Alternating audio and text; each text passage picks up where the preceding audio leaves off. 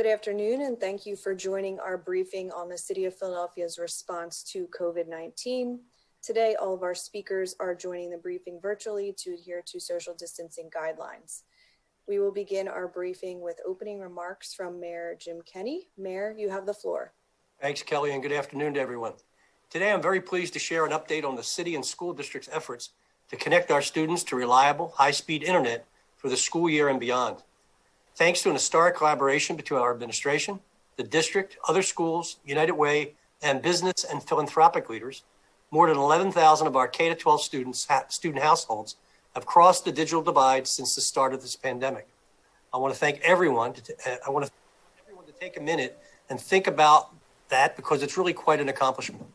Those 11,000 families include over 2,500 students who received MiFi devices from the school district over the spring and summer. More than 7,300 families that signed up for 60 days of free internet essentials and now have their internet bills paid for by PHLConnectED. Another 1,000 families that have been connected directly through PHLConnectED to other internet essentials or MiFi devices. This could not have been achieved by any one group acting alone. While the digital divide has been an issue for some time, it admittedly continues to be, this shows what we can do when we stop assigning blame and work together toward real, long-term, sustainable solutions. While we don't know precisely how many families remain that need to be connected, the funding is in place to take care of them, and we are working hard to find them. In fact, this week, we started doing more on-the-ground outreach work. We are targeting specific neighborhoods that are hard to reach through direct door-to-door canvassing and phone banking. We're making sure that local community groups, churches, and businesses have flyers and information about PHLConnectED so they can help reach families. Just yesterday, I had the opportunity to speak with a family who is benefiting from this incredible program. I talked to a mother with 3 daughters enrolled at Central High School, told me that she did not have reliable internet service before the program. So when she heard she may be eligible from the district, she immediately took advantage of it. And now her 3 children are able to participate in digital learning without interruption. To me, that's what this initiative is all about, making sure our kids have the resources they need to be successful, now more than ever during these challenging times. And the best part is the entire household has reliable, high-speed internet service too, not just the students, which is how we will continue to help more Philadelphians cross the digital divide. We urge any families with students not yet connected to do what this Central High School family did. Call 211 and press option 1 to start the process. That's 211, press option 1 to start the process. We're extremely proud of the work that has been done to date and the promise of PHLConnectED. We look forward to sharing more updates in the future. And finally, I want to again acknowledge the partners, including United Way, Comcast, the school district, charter schools and independent schools, and many others who have made this effort possible. Now I'll turn it over to Dr. Farley for his update. Thank you very much, Mayor. We are seeing a continued increase in the case counts of the coronavirus infection here in Philadelphia, which signals that we may be entering a dangerous period with this virus. Here are the numbers. Since this time yesterday, we've identified 268 new cases confirmed with the coronavirus infection in a Philadelphia resident. That's confirmed with a PCR test, the regular test, bringing us to a total of 40,704 since the beginning of the epidemic. Now, in addition to that, we've had 23 new probable cases diagnosed by a rapid antigen test only. Now, for the past week, between October 4th and October 10th, we averaged 189 cases per day. That's so far. Because that data is incomplete, there's always some laboratories that report their data to us some numbers of days later. And so that average is likely to increase in the next few days. Over the previous week, from September 27th to October 3rd, we averaged 184 cases per day. These are the highest weekly averages that we've seen in Philadelphia since mid-May. Now, those high case counts are in part because we're doing more testing. We did an average of about 4,000 tests per day in the past week. And for comparison, we did about 2,600 tests per day in the middle of July and about 1,500 tests per day in May. But the percent of tests that are positive is also increasing. Last week, we averaged 4.8% of the tests that were positive so far. Now, we know we have delayed reporting from laboratories that report the positives to us only. So as we get delayed reports, that percent positive is going to increase as well. The week before last, from September 27th to October 4th, we were at 5.1% positive. A week ago, I reported that as 4.3% positive, but you can see that percent increased with delayed reporting. For comparison to that 4.8% or 5.1%, the low point for our percent positive occurred in mid-September when we were at 2.8% positive. In mid-July, when we had a peak for the summer, we were at 5.5% positive. And in late May, we were at 9.5% positive. That's what's happening with cases. With deaths so far, we have 8 newly identified since yesterday, bringing us to a total of 1,849 since the beginning of the epidemic. We're still averaging about 15 deaths per week. So far, we're not seeing an increase in deaths associated with the increase in cases. We do know that deaths tend to lag behind, so we expect that we will see some deaths in the future related to this increase. So where is the spread occurring in Philadelphia? In the past week, it was more in Northeast Philadelphia and in South Philadelphia. But in the last 7 days or so, we're seeing more in all the zip codes across the city. There's no neighborhood that has not seen an increase in recent days. Our information from case interviews as part of our contact tracing is showing that the spread is occurring within households and in social gatherings. That's family gatherings, that's people visiting each other's houses, that's weddings, it's bridal showers. The case interviews, though, were also showing an increasing percentage of the cases who reported that they were working in an office during the time period when they were exposed. It was 17% of our cases that we interviewed reported that in the week of October 11th versus about 7 or 9% during the weeks in September. And with that, we've had some individual circumstances where the spread appears to have occurred between coworkers who got together over lunch and were not wearing masks when they were doing that. So it's just a reminder that any setting indoors, when people are close together, not wearing masks, such as the time when they're getting together over lunch, is going to be a high-risk setting. And so workplaces is something we're concerned about right now. Now, beyond that, what's happening in our facilities that we've been watching especially. In nursing homes and other congregate care facilities, we are also seeing more cases in parallel with the increasing cases in the community. So we're going to be communicating to the people working in these congregate care facilities the importance of masking and other safety precautions for staff and patients now. Particularly important that they try to keep the virus from coming into the facility, or if it does get into the facility, it doesn't to prevent it from spreading from one person to another within the facility. In parallel with that, we have now opened what we're referring to as the COVID relief unit. This is a specialized nursing home set aside to care for nursing home patients who are COVID positive, who have tested positive for COVID, who have been in nursing homes where the nursing homes cannot safely care for them within their main facility. So if that nursing home, for example, can't have a separate wing where the COVID positive residents stay to keep them separate from the negative residents, then they can have them transferred to this COVID relief unit. What about schools? We have been working with schools since the beginning of the school year. There have now been, since the beginning of the year, 44 sites that have seen cases in either students or staff. Now, most of those are isolated cases where there's no evidence of spread within the facility. And some often there's been more than one case. In 26 sites, there have been quarantines that we have recommended or that have been carried out. Often it's maybe one classroom. In nearly all situations, the spread has stopped right there. We however, have one school cluster where the information suggests that there was spread within a classroom. That's the Philadelphia school, independent school. It's had 15 cases so far. But this is the only situation so far where we think that's occurred. Of about 50 schools that we think are providing some amount of in-person education right now for about 7 weeks since the beginning of the epidemic. In all the other situations, we have no clear evidence of spread within a classroom. What about tracking of masks? As you know, we have been doing observations of people using security cameras to see how many Philadelphia residents are wearing masks. We've had a variety of technical problems over the past few weeks getting those observations done, but we are doing them now. We're getting the data back in again. And as of the week that started October 11th, 80% of people that were leaving retail stores were wearing masks. Now, that's good at 80%, but it's not good enough. That means it's 20% were not wearing masks. That's still enough to have the spread of the coronavirus. That's what's happening here in Philadelphia. What about what's happening around us? We are seeing an increase in cases across the rest of the state of Pennsylvania, as well as in New Jersey. And in the U.S. as a whole, case rates are clearly rising. At this point, they're not far from the peak that they saw in mid-July, which was the highest case count we had since the beginning of the epidemic. Now, mid-July, the states that had the highest case counts were in the South.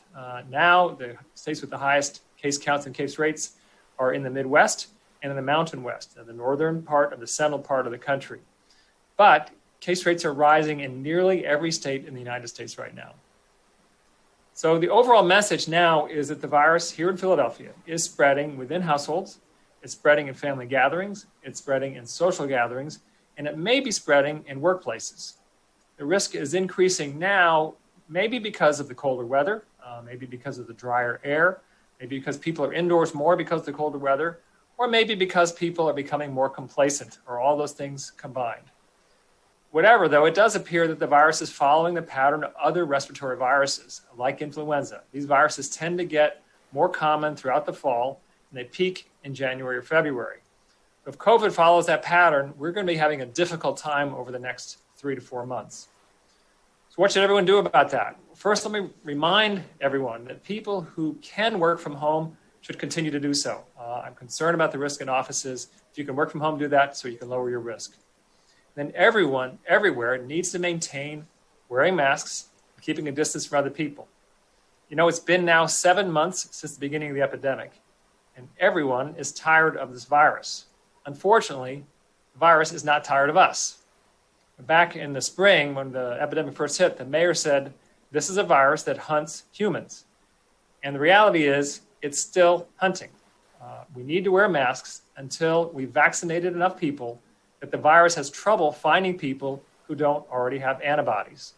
So everyone needs to wear masks, especially when they're around family, when they're around friends, when they're around coworkers, and when they're around anyone else. So more information on all the epidemic is on www.phila.gov/COVID. Thanks. Thank you, Dr. Farley. We are going to move now to Armando to deliver the Spanish language translation of both the mayor and Dr. Farley's remarks. Palabras del alcalde Jim Kenney para el 20 de octubre del 2020. Buenas tardes.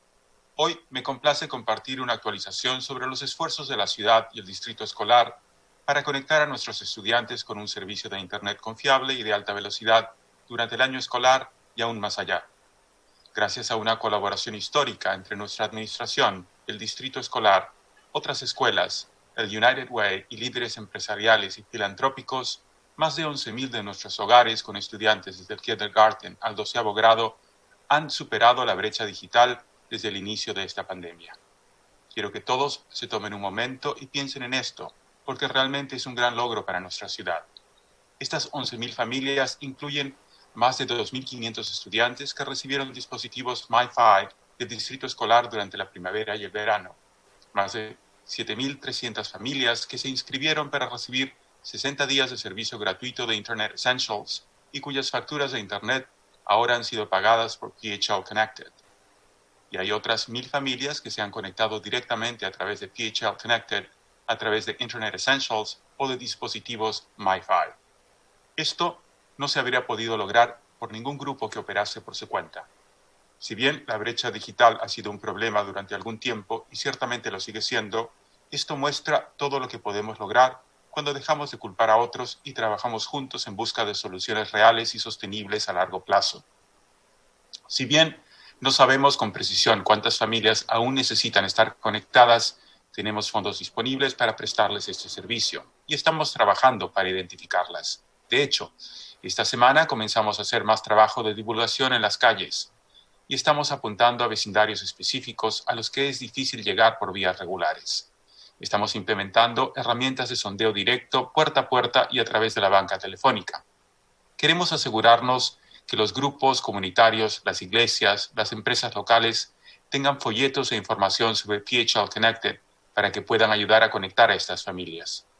Ayer mismo tuve la oportunidad de hablar con una familia que se está beneficiando con este increíble programa. Hablé con una madre con 3 hijas inscritas en el Central High School y ella me dijo que no tenía servicio de Internet confiable antes de PHLConnectED. Entonces, cuando ella se enteró que podría ser elegible, inmediatamente lo aprovechó. Y ahora sus 3 hijas pueden participar del aprendizaje digital sin interrupciones. Para mí, esta iniciativa se trata de esto, de asegurarnos que nuestros niños tengan los recursos que necesitan para tener éxito. y ahora, más que nunca, durante estos tiempos plenos de incertidumbre. Y la mejor parte es que todo el hogar también tiene un servicio de Internet de alta velocidad y confiable, no solamente los estudiantes. Esa es la forma en la que continuaremos ayudando a que los habitantes de Filadelfia puedan superar la brecha digital. Instamos a las familias con niños en edades de asistir al kindergarten hasta el 12º grado que aún no están conectados a hacer lo mismo que hizo esta mamá de Central High.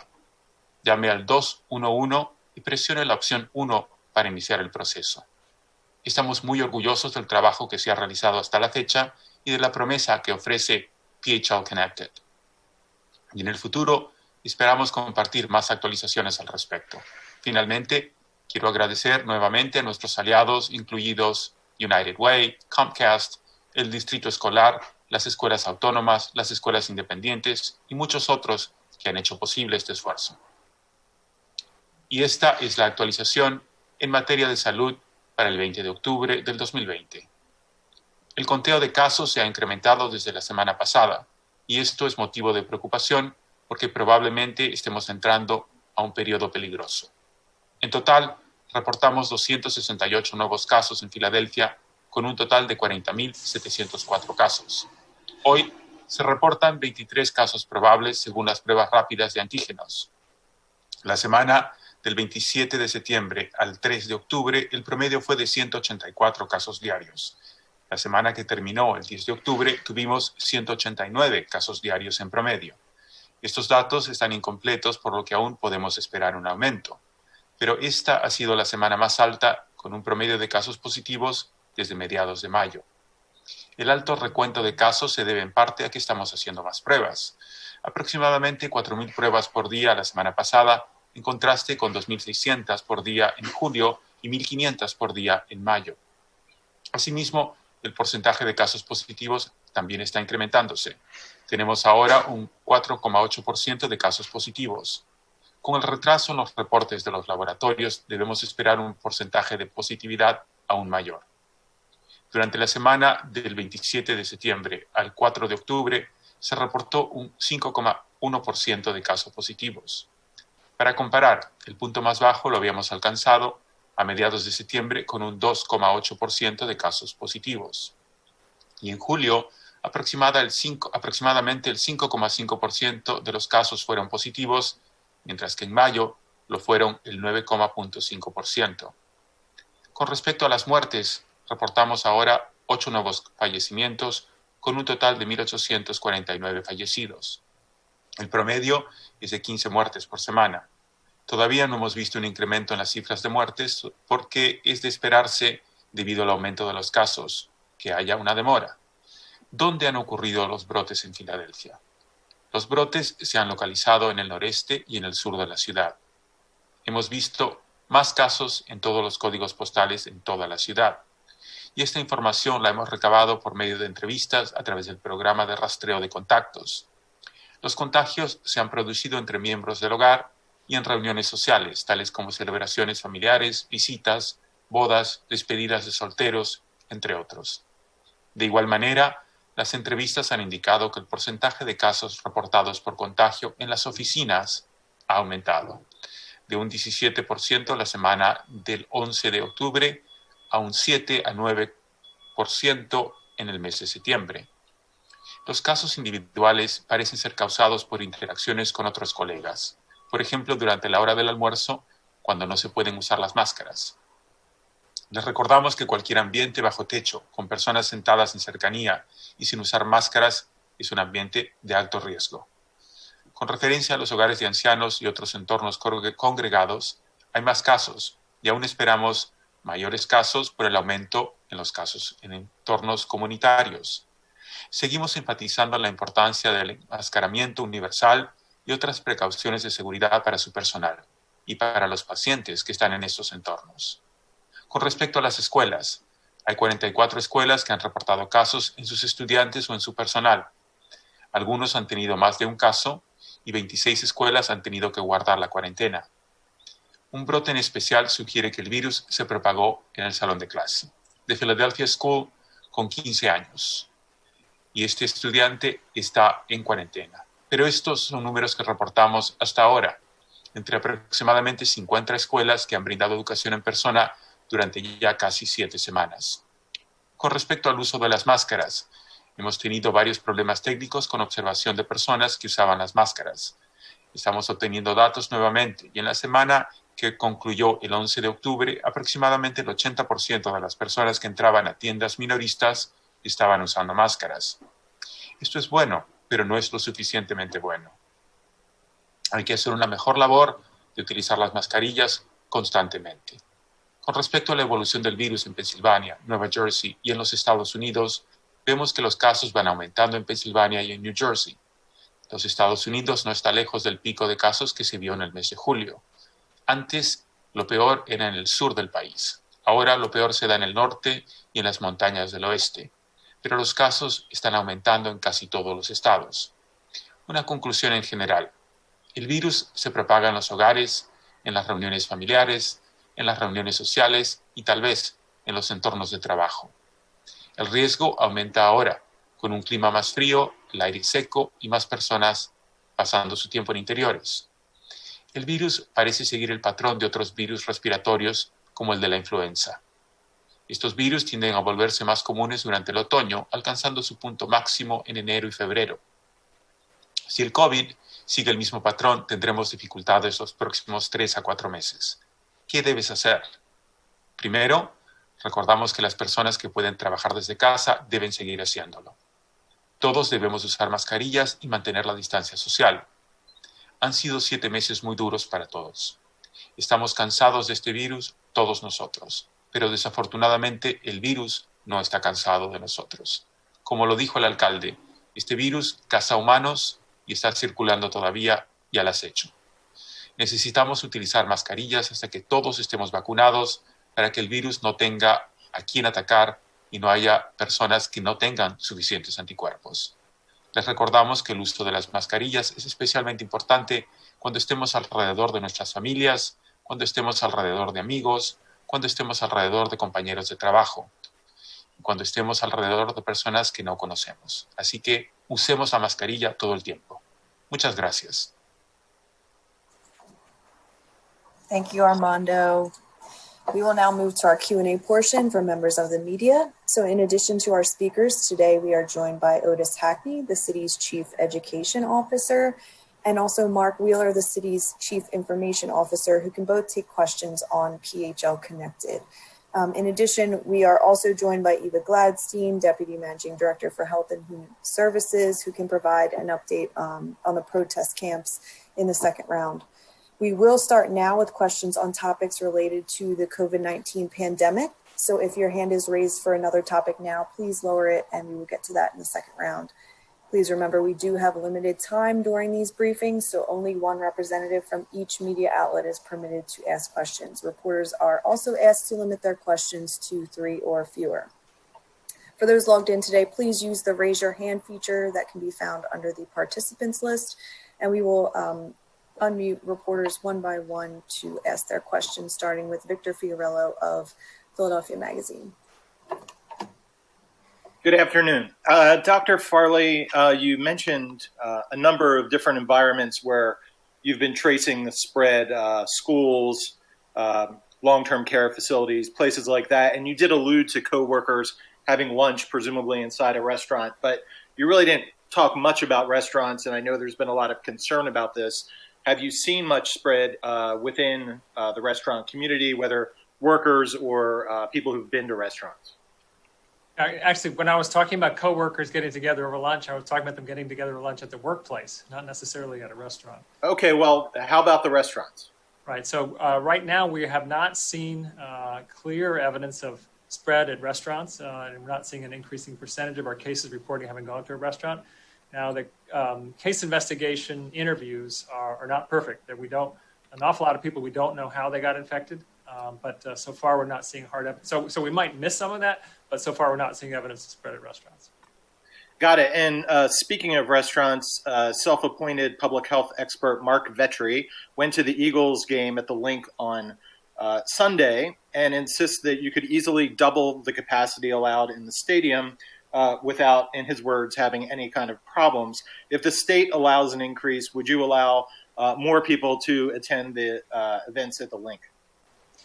Well, that's a big if. I don't know if the state's going to do that. Let me just say that right now, if you looked at the numbers I just reported, our cases are rising. So I'm not so inclined to release restrictions. I'm more inclined to impose new restrictions to try to prevent more people from getting infected and more people from dying. Great segue into my last quick question, which is, the numbers are increasing. We're hearing lots of things from different experts around the country about how we're 3 weeks, 2 weeks behind Europe, how it's going to be very difficult next few months. What about new restrictions? Should we not be waiting for the state to do things? Can we not be a model for other cities and impose newer, stricter restrictions instead of responding 2 weeks from now when the numbers could be going out of control? Well, we are more restricted than the state in a number of areas, such as gatherings, indoor gatherings in particular. I would just say where we have evidence of spread, then we will see if it makes sense to put in place additional restrictions. So you heard me today that we do have, looks like perhaps new evidence of spread in workplaces, and at least we are recommending or reminding people of our recommendation that they should work from home if they could. But if right now most of the spread appears to be occurring more in private houses and places that would not be under the control of our restrictions. It's not clear what additional restrictions we should put in place right now, but we are watching this very closely. And if we feel like we can make a difference in prevention with restrictions, we will look seriously at doing that. Thank you so much.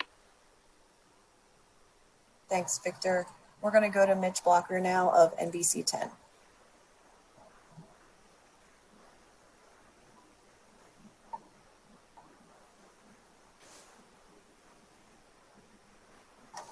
Dr. Farley, how does the spike that we're seeing right now compare to the previous two? And I'm wondering, where do you think this third spike tops out? I'm going to be very careful not to make predictions because I've made it in the past and I've been wrong. But certainly, as I said earlier, if the virus follows the pattern of other respiratory viruses, it would get worse over the next few months and peak around January or February. I could say is where we are now relative to past. As far as the percent positive, which might be a more accurate measure overall, we're about where we were in mid-July. Not as bad as we were in May. But as I said, it very well could get worse from here. And, you talked about the Philadelphia school. A school with the means of the Philadelphia school, tuition's about $30,000 a year. If a school with means and resources can't necessarily prevent an outbreak, what does that mean for the future of public schools, in your opinion? Well, we still feel that public schools can open safely. We do think that it makes a huge difference if all safety measures are followed. Now, we don't know what happened at that one particular school. There may have been one slip in technique. But I try to put it in context. Again, we have now some 50 schools in the city that have been doing this for 7 weeks, and that's the only school out of that 50 where we have any evidence to suggest there's spread within a classroom. So I'm hopeful that there was some slip up there that is not a consistent slip up.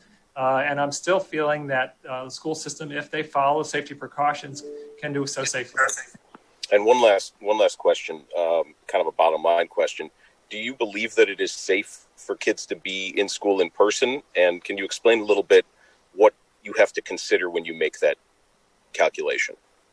I think if people are wearing masks in particular, but also doing other safety procedures, that it's safe for them to get together. Now, there's a lot of other safety procedures that need to be followed.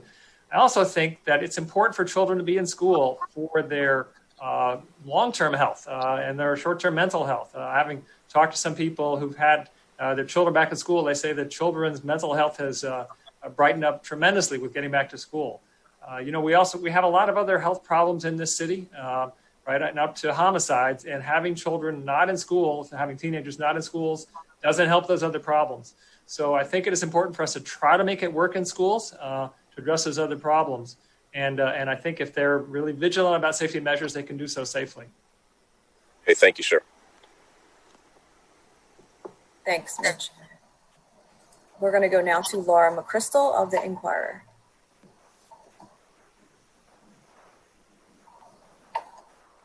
Hi. First, just a quick clarification, Dr. Farley, you mentioned the case count for the last week. You referenced that as October 4th to 10th, which actually would have been 2 weeks ago. So which dates, were those indeed the dates you were talking about? I've got my dates mixed up. I apologize for that. The numbers I gave you were correct numbers, but I had the dates mixed up. So the past week, which would have ended on what, the 17th? Is Saturday 17th? Yes. Yes. All right. So that was 189 cases per day for the week ending October 17th, and 184 cases per day for the week ending October 10th. My apologies for that. No problem. Thank you for clarifying. And Dr. Farley, I'm wondering, you mentioned that you're still seeing spread in social gatherings as the biggest thing. That's kind of been the case all along. So I'm wondering, do you think more people are having social gatherings? Is that the problem? And how do you convince people to not do that? We have heard of gatherings that people had postponed from months before when the epidemic was worse, and they've said, well, okay, things are maybe better now, and they had it now, and maybe some COVID fatigue setting in. And I'm not sure how we do that other than to continue to drive home the message that the risk is high now. If anything, is higher now than it was a month or so ago, and encourage people to wear masks. That people are not as afraid of the virus now as they were before, but the virus is just as deadly now as it was before. Okay. And my last question, the COVID relief unit for nursing homes, where is that unit located, and do you have anyone admitted to it already?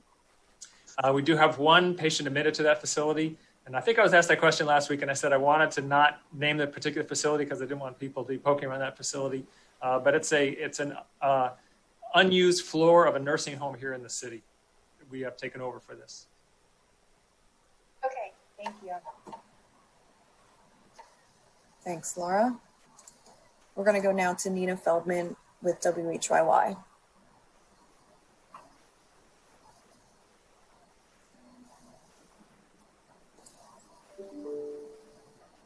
Hello. Just a quick follow-up on the COVID relief unit. You said it's an unused floor of a nursing home in the city. Are the other floors in use for non? Are in use. They are. Yes. They are in use. Yes. Okay. And kind of going back to the question about the unregulatable small social gatherings, I wonder, I think you're absolutely right. There's COVID fatigue. We've been at this for 7 months. I wonder if the city has thought about kind of any sort of messaging or strategies for almost like a harm reduction perspective for these gatherings. Like, people are going to do them. People are clearly doing them, and telling people to stay home doesn't seem like it's working anymore because people are sick of staying home. And so I wonder if the city has thought about any sort of ways that aren't sort of like an abstinence only approach of don't go out, but ways to do it safely. Obviously, masks are one thing you could think about in that, but if there are other kind of ways to mitigate risk with the understanding that people are going to go out because they can't really bear not to anymore. Well, I don't want to make it sound like people are having as many social gatherings as they would have had this epidemic not occurred or we not had a messaging. I do think we have reduced the number of social gatherings that take place. We just haven't reduced them low enough to prevent total spread of the virus. And what we are doing, which is part of our restrictions, is have much looser restrictions outdoors and indoors. We've been explicit. We've said, if you want to get together with people and you feel like you need to get together with people, do it outdoors, because there's good evidence that the risk outdoors is much less than the risk indoors. Okay. And my last question is, you mentioned that the coworkers eating together in an office space, you want to make it clear that that's a high risk activity. Would you classify indoor dining as a high risk activity? Indoor dining absolutely is a high risk activity. And there are some very strict procedures that restaurants need to follow to reduce the risk in a restaurant. Among them, the tables can be no more than 4 persons at a table, and that really should be a household group. And there needs to be at least 6 feet between people sitting at one table and people sitting at another table to try to prevent spread between household groups there. And then there are other protections for the servers, et cetera. So indoor dining is absolutely high risk. We put in place strict safety procedures. So far, we don't have evidence that it's spreading in restaurants. If we do, though, then we will consider whether we want to restrict them further. Okay, thank you. Thanks, Nina. We're going to move to Jeff Chirico now of 6ABC. Share any trends on the ages of the new cases. Is this trending younger than perhaps it did in the spring? Is it a sign perhaps that seniors are taking this more seriously and social distancing better? This is trending younger than it did in the spring. So a lower percentage of people are over the age of 60. However, it's not as young as we had in late August. In late August, when the college students came back, we had a spike, and it was very limited to the college age group. In the past month, it's not been limited to the college age group. It's more people ages 20 to 50 or even 20 to 60. So it's getting people old enough that some of those people may become seriously ill. And what about the hospitals right now? Our capacity is strong, and is that, I mean, I think we're talking about this fatigue. People are saying, oh, the hospitals aren't overwhelmed. Maybe this isn't as bad as it was in the spring. And what's our capacity, and what do you say to that? Well, the hospitals in the city are pretty full right now, but mainly with people that are not having COVID, people with other problems. Many of those may be having elective surgery that was postponed in an early part of the epidemic. And the hospitals do have the ability to clear out space by canceling elective surgeries if they need that space. They have a fairly low number of patients in the hospitals right now. That low number is increasing, and they're watching that. And they will take action, and we'll be talking to them about taking action if they feel like they need to do things in order to make sure that there's adequate space. All right. And regarding restaurants, I can only imagine that it is difficult to contact trace in restaurants because people are in and out, perhaps no names or check-in. And so could that be a reason why you're not seeing any sort of spread?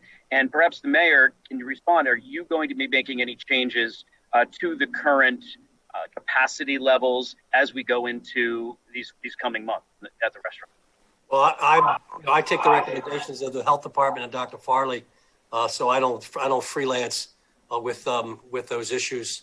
So I think he'd be better off answering the question. Okay. As to the first part of the question, our contact tracing is definitely a far from perfect system to find out where the virus is spreading. A lot of people may not know. We may not get them on the phone. They may not be fully forthright about everything that they did during the period when they might have become infected. However, the people who become infected, we interviewed, it's a very low percentage that are saying that they ate out at a restaurant during the time period when they might have been exposed. If that percentage increases, just as the percent of people at workplaces increased, then you will hear about it, and we'll see whether we need to do something different in restaurants. All right. Thank you very much. Thanks, Jeff. We're going to go now to Michaela Winberg of Billy Penn. Hey, everyone. I have a couple questions for Dr. Farley about nursing homes, actually, since you brought it up earlier. I'm wondering if, by your estimation, most nursing homes in the city are still restricting or prohibiting visitation altogether? That is regulated by the state at this point, and so I don't have data on that. I think most nursing homes are restricting visitors to some degree. I don't know whether all of them to completely. Okay. And in terms of balancing visitation and letting residents out with the pandemic and election day coming up, do you have any recommendations for how nursing homes handle that? Are there citywide recommendations you would issue? We have not issued recommendations for the nursing home residents to be able to vote safely. Yes, exactly. I would probably suggest that the best thing they should do is vote by mail. And if they're not going to vote by mail, then they need to be using a very careful PPE when they go to the polling place. And do you have any recommendations for the facilities, how they sort of manage this? Do you think they should be allowing visitors to help deliver ballots or should be allowing residents to go vote in person? No, we actually haven't thought about that. And let me think about that. I definitely think that the facilities should be careful about that. They want to enable voting, but they need to enable it in a safe way. So let me think about that and give you a response later. Sure. Thank you. That's all.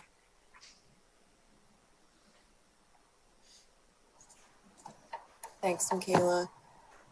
We're going to move now to Kennedy Rose of the Philadelphia Business Journal. Hi, I have a few questions for Dr. Farley. I was wondering first if you were able to provide any more detail on cases that have spread through offices, such as the number of cases you've seen or sort of any other circumstances beyond people eating together at lunch.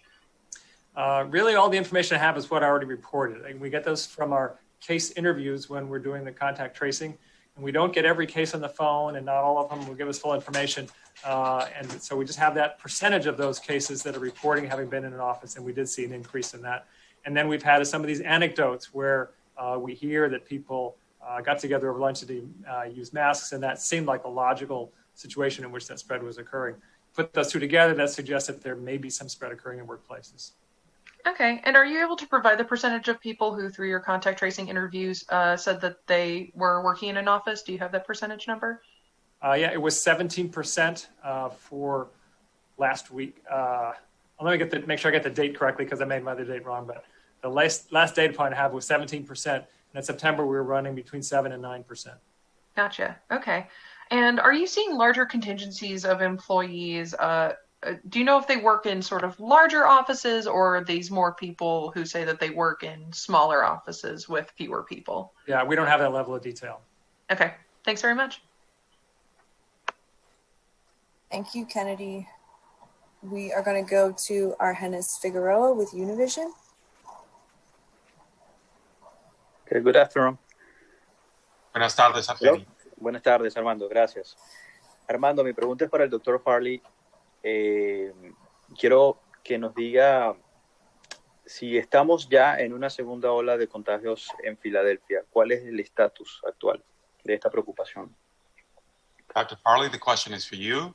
We wonder if we're entering the second wave of contagious phase in this pandemic, and what is your concerns about it?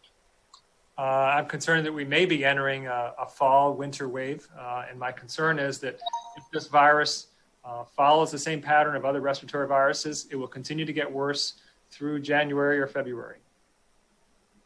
Tengo la preocupación de que efectivamente este virus está entrando en un ciclo durante el otoño y el invierno que observa el mismo patrón de otros virus respiratorios que hemos tenido, que podamos haber entrado o estemos entrando en una nueva fase. Ok, y mi segunda pregunta sería si la tendencia del virus sigue en aumento, ¿consideran hacer pausa en escuelas, en restaurantes o actividades en general, como lo han hecho otras ciudades? My second question has to deal with what would be the response of the city if the trend on this virus keeps on going back up. Will there be a stop to activities in schools, restaurants, and other activities as other cities have done? We're going to look at settings in which we believe the virus may be spreading. And if we identify a setting that we feel it's spreading and that we can prevent that spread through further restrictions, then we'll look seriously at those restrictions. Vamos a ver los entornos en los cuales creemos que este virus pudiera estar propagándose, y si identificamos esos entornos, entonces podemos traer unas medidas más severas de restricción para impedir. Muchas gracias, Armando. Todo. Thank you very much. Thank you, Argenis. We're going to go now to Manny Smith of CBS 3.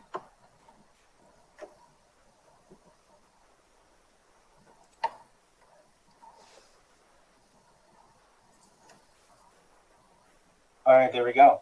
Thank you. All right, two questions for Dr. Farley. You said that you weren't able to provide more specifics on the cases that were spreading at offices.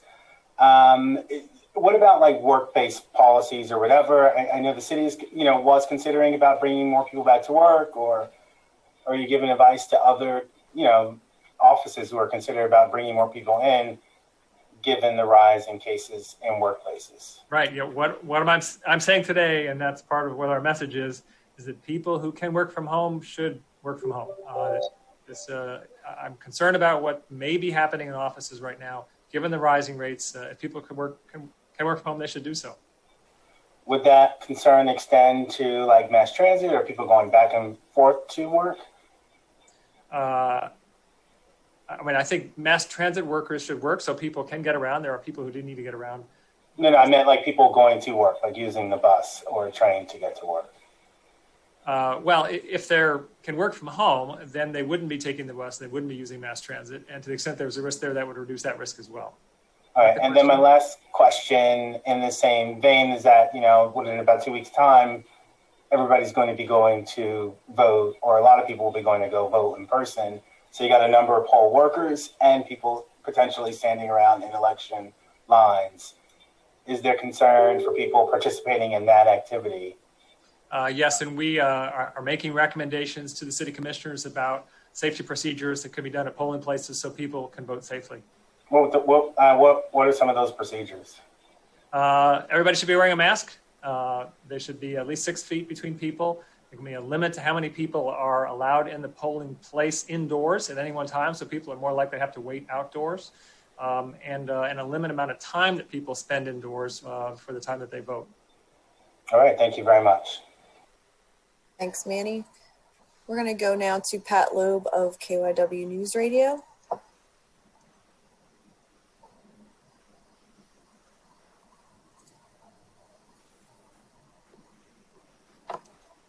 This may be for Otis. You said there were the mayor said there were 11,000 people that had gotten connected to the internet. Do you know how many Philadelphia public school students still are not? 11,000 households. 11,000 families. But do you know, is there a number for how many people still need to get connected?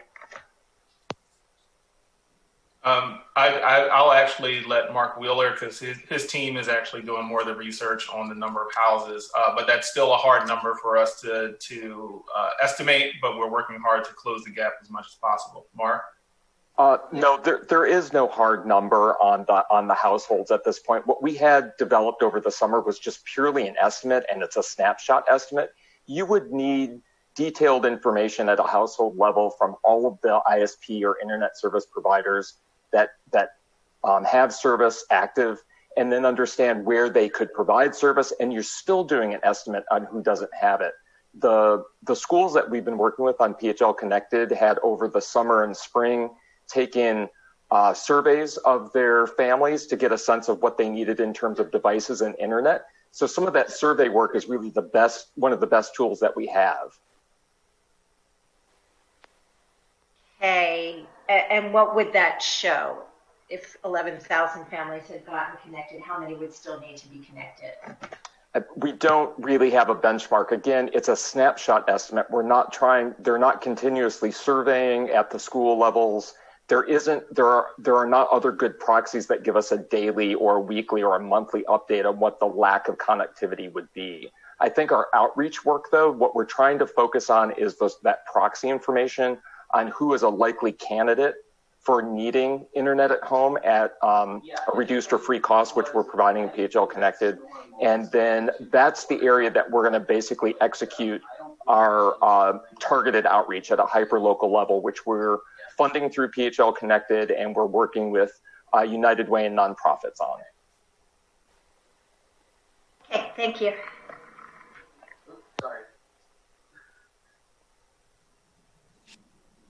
Thanks, Pat. We're going to go now to Martin Pratt of Philly YBN. Yes, my question is for Dr. Farley. People who are experiencing incarceration, were they included in the numbers of COVID cases? Yes. And has there been an increase? I don't have those numbers for you. If there has been, it's been small.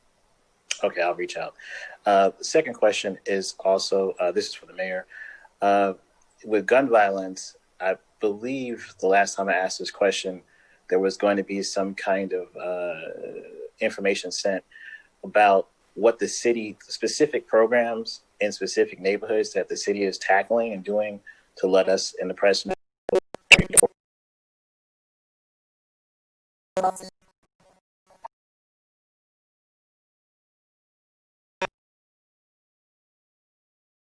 That's all I had. Thanks so much. Thanks, Kennedy. We're going to go back to Manny Smith at CBS 3. So just two quick questions for the mayor. Question number one is we've gotten a number of reports from neighbors and even our own crews who say things have not appeared to be cleared out on the parkway. Any update on the encampment and when all of the tents will be cleared away? First of all, there's about 186 people that have been placed over the last number of months from the encampment. There's about, I believe, between 30 and 40 remaining. And you have to remember, these are folks with high needs. These are folks with either drug addiction and homelessness, mental health issues. So they move at different paces. But we are on track to conclude what we promised we would do, and that is eliminate the camp without any force or violence, which has been our goal from day one. We're working through that. But again, we tend to set deadlines, and then when the deadlines aren't 100% met, we get questions, understandably so. But large structure was taken down. Exterior perimeters of pallets and the like have been removed. We're starting to take, I believe, if either Tumar want to jump in, tents were coming down, I think, or expected to come down somewhat today. And we're going to get there, and then we're going to restore the parkway area where they were camped and the ball field. With appreciation for the process, is there a new deadline for when all of that will be completed and when the restoration work will begin? Restoration work will begin immediately after the encampment has been secured and removed. We're standing by with the streets department, recreation people, parks folks to get that back online and get it cleaned up and made safe. And I don't know if Eva or Tumar, you have any other updates from today because you were out there. I would just emphasize that 25 placements were made in the previous week after we had signed the agreement. And so the pace of placement really has increased. And I think 7 or 8 were made yesterday. And the goal today is to be able to remove some of the empty tents to have a clear idea of the number of people that remain. All right, thank you. And then my last question is for the mayor and for Tumar. We know that former President Obama is coming to Philadelphia tomorrow for a campaign event. Any details on that? Are you guys participating? Any impact on the city anticipated? Tumar, do you have specifics? I heard it was going to be at the parking lot at Citizens Bank Park.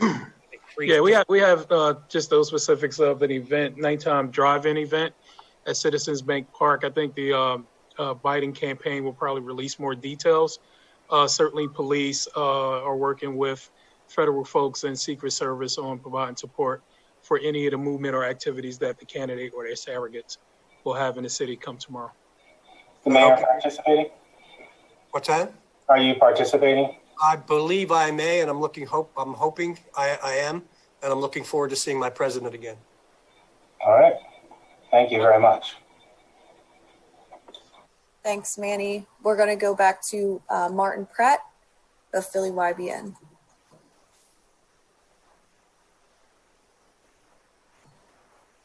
I just have one question.